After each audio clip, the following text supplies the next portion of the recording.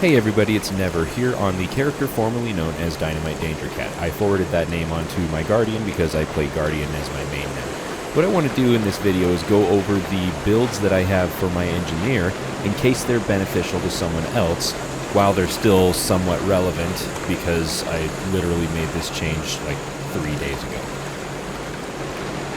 Okay, so you'll have to excuse some of the weapons I've moved over to my new main already, but I want to go over what these are and how they work.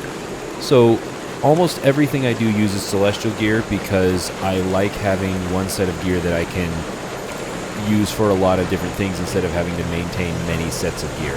I find that if you're going to play a lot of different builds and you're not doing high-end raids or high-end PvP, that it is a very cheap way to have something super flexible, and then you just kind of change out the runes or the weapon sigils as needed to work around that a little bit. So this is my scrapper build, and the idea behind this is it's just a quickness scrapper build. It's not anything particularly special. The grenade kit is good because you've got the shrapnel grenade and then you've got grenade barrage, and all of those put together do a good job.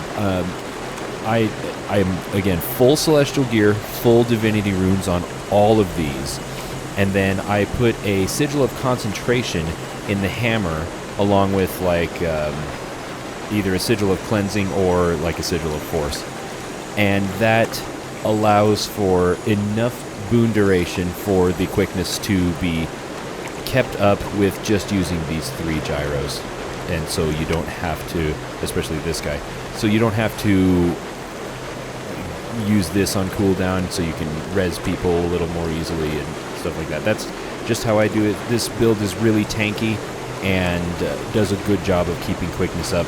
If you play average, it's maybe 90% uptime for quickness, so not too bad. The second one is my Holosmith build, and I run this with sword and offhand pistol for the blowtorch. And the idea behind this is I'll use again a sigil of concentration for the boon duration and a sigil of cleansing, so that every time I go in and out of Hollow Forge, I'm getting super duper condition cleanse. This actually does some of that already, but it's mostly for the heals, and it's up close, normal crit stuff, but with some emphasis on some burning here and there. And this build does a fantastic job. The idea behind the rotation is you'll blowtorch and immediately hop into your Hollow Forge, and then it'll be Corona Burst and then the number 4 shooty guns, and that will get you up over 50 heat. And then it's Hard Light Arena and Laser Disc, and then Prime Light Beam. By then you're at about, you might need to do like an auto attack chain, and then you're using Corona Burst and the guns as soon as they're off of cooldown, and then this after 100 heat.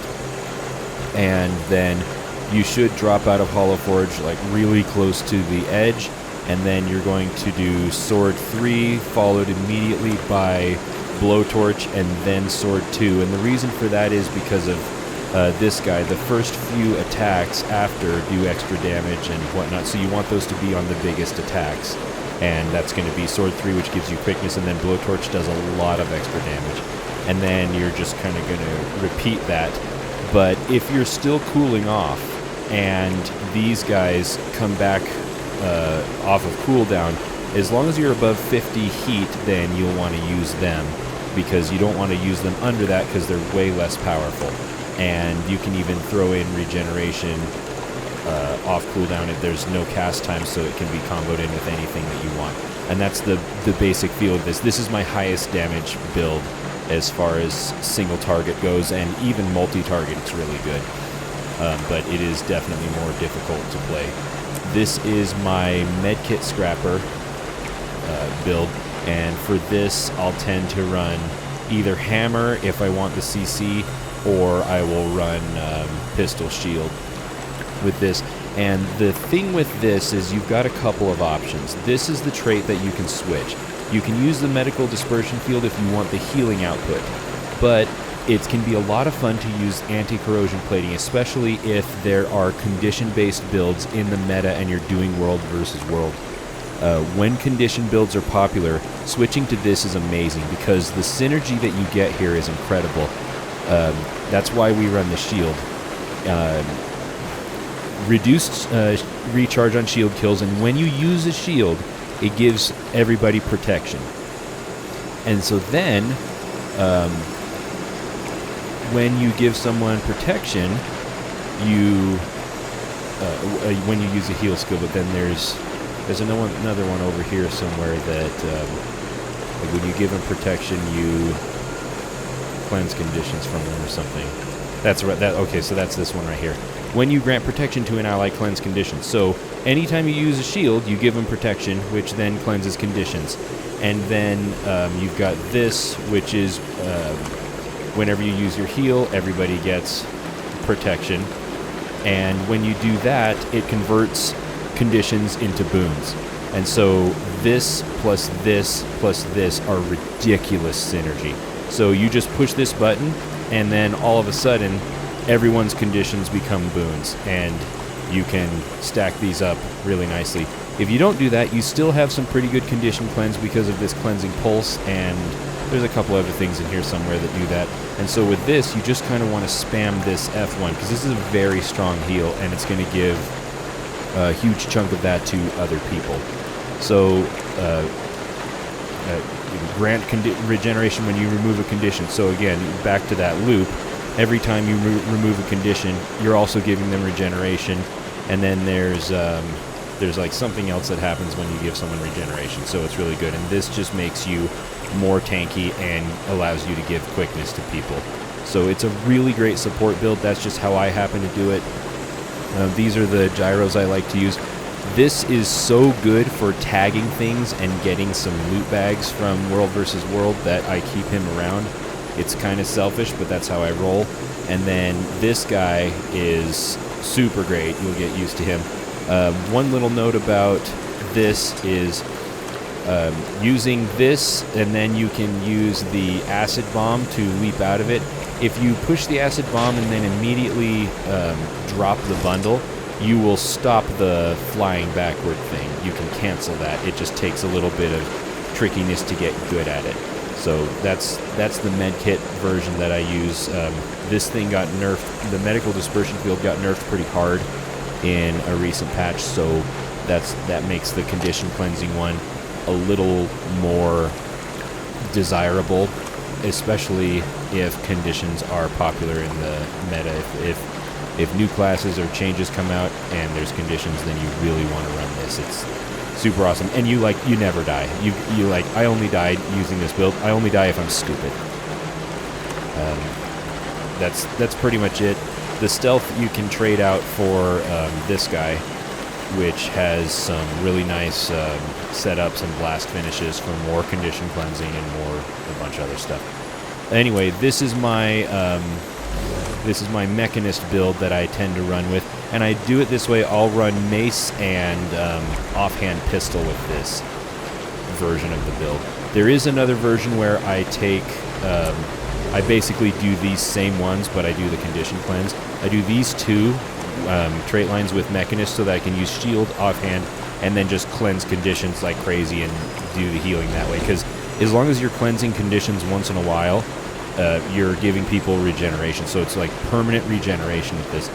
This Mechanist build, with the boon duration I have, because it's again another sigil of concentration and all celestial gear and divinity runes, that is enough to take these three specific traits, and you don't need this one. You do these, and the auto attack on the mace, auto attack, the third skill, plus this barrier signet, is enough to do permanent alacrity for nearby people if you play it right. So you'll use this guy, superconducting signet, for damage, and then you'll use this guy off cooldown as well, because it's going to pulse barrier, and that's going to help with, you see the alacrity right there. And then you'll use this off of cooldown, which is going to be more alacrity, and then your mace auto attack chain is going to help out with that alacrity. And so using the barrier signet combined with those other two things will be enough for permanent uptime on Alacrity if you're good at using those cooldowns properly. And it also does a ton of damage. And the signets keep on going. That's why this guy is so nice. If you don't need to provide Alacrity to the group, you could switch this out for the strike damage one, and that comes with a little bit more break bar. But the Alacrity is almost as good for DPS, so like why even bother? And then all the rest of this is pretty self-explanatory. Sacrificing this to get inventions so that you can do the condition cleanse brouhaha and use a shield instead of the offhand pistol is a pretty big DPS loss, but it's huge amounts of support because you're still permanent Alacrity, you end up being pretty permanent regen, and you take care of conditions all the time, and it's like permanent protection as well. So it can be really strong and supportive and still put out a respectable amount of DPS. This is the Flamethrower build that I use, and the way that I do this here is I'm building for boon duration, and I'm going for as many stacks of might as possible, and for quickness uptime. And then I've got I do kinetic battery, and I specifically use these 3 skills because these have very low cooldowns. This is just so strong, and you need the Flamethrower. But these two, this is 12 seconds, this is 6 seconds. And so you're pushing this constantly, all the time. You're using this all the time because you want it to proc the quickness from the super speed.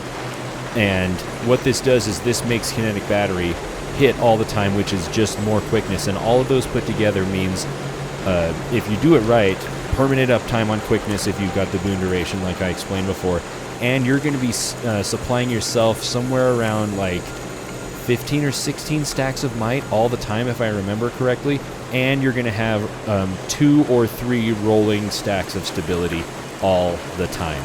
And so the way that it works is you're going to use pistols, 2 pistols, and then you'll need to go into this to get swiftness, because this makes it so that swiftness gives you a 5% increase in damage. So you want to refresh that. And the way that I would always do it is I would have my offhand pistol, and in my rotation of using, I would go here, I'd use this guy, I'd use that guy, I'd use all of these, and I would time it with this here, because the blowtorch on the offhand pistol is about the same cooldown as this.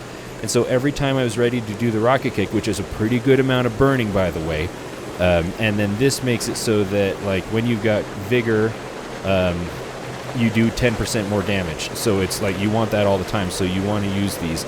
So when you use this, then you come out of here, use the blowtorch, and then fire off the poison dart shot. And as soon as you fire that off, you can push this and go back, and it will finish the animation shooting out. So you go right back, and then you carry on with the rotation. But I use this to make sure that I get blowtorch off cooldown, and that naturally refreshes swiftness.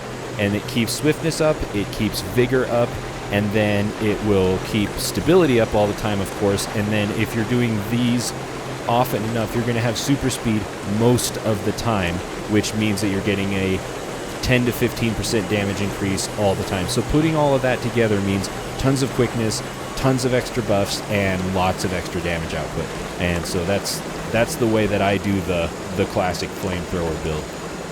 This is just a build I was screwing around with. I didn't really get this one somewhere that I liked it, but this is a condition-based variant. But I still find that the J drive is so nice having all of the same, or having the passive effects going, because then like if you go back to this build and you trade out this so it's more support, you just want to spam the heal every time you can, because the heal is still going, if you're using Medical Dispersion Field, it's just going to spit that heal to other people, so you want to use it as much as you possibly can. This was another one I was playing with dual pistols and using, this is for large hitboxes, the minefield, but this one was still not anywhere near as good as the other Holosmith build. And then finally, this was the healing build I was talking about. It's the same thing, but just with the healing traits, and this can switch with that depending on whether you want the condition cleanse super loop or the medical dispersion field. It's a toss-up, up to you. So anyway, those are the builds that I invented or learned and modified from other places for engineering. I hope it helps somebody. The one that is probably the most work I've put into myself is my Flamethrower build, because of the kinetic battery and how it all synergizes with more boom duration. It's all about boom duration for this. But anyway, there those are. I'll probably make a similar, more detailed, less rambly video for Guardian builds once I get those figured out. But I hope this helps somebody somewhere out there in the internet. Okay, thanks, bye.